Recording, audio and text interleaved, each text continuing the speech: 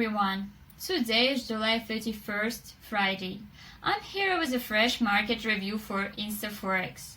The big event today is Hawaii Flag Day. I suggest celebrating this festival with lovely dances, putting on only a waist cloth, and sweating to the rhythm of Hawaii drums. I hope to cheer up now. Why? Because my trading idea for oil didn't work out yesterday. If you followed my morning recommendation, you closed the deal with a minor loss. In fact, oil dropped a lot and we will discuss it today. Let's have a look at my posts today. I posted the only fundamental article on what is going on in the USA, what Trump tweeted about the presidential election and how this dragged markets down. Highly recommended. Now back to our chart. Gold moved higher yesterday. The US released dismal GDP data, which comes as no surprise. Indeed, in the country where most people are out of work due to the coronavirus shutdown, GDP is logically poor. In light of the downbeat GDP data, gold extended its climb again. Yesterday, the price made some swings down.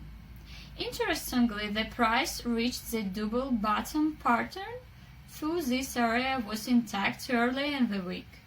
On the MT5 forum, I see that one guy opened a long deal on the ground of the simple ABC structure. Let me show this on the chart.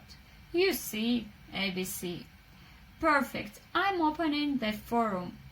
That guy made a technically wise market entry. Unfortunately, I missed this opportunity.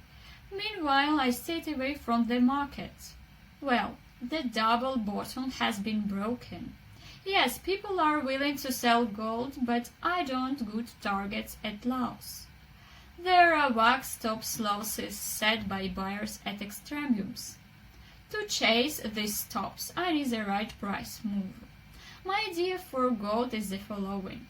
The key extremum for buyers is 1,907. It will be interesting to see selling towards that level. Then it will be possible to trade at retracements, but selling is out of the question now. Yesterday I also told you to wait for a good selling opportunity. Here is my idea for gold.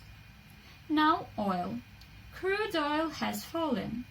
It seems the price is about to start the third wave. I see a rigid pin bar here. Yesterday, WTI was bought and sold at a zero profit. However, the third wave could start from that level. Now we are here on the chart.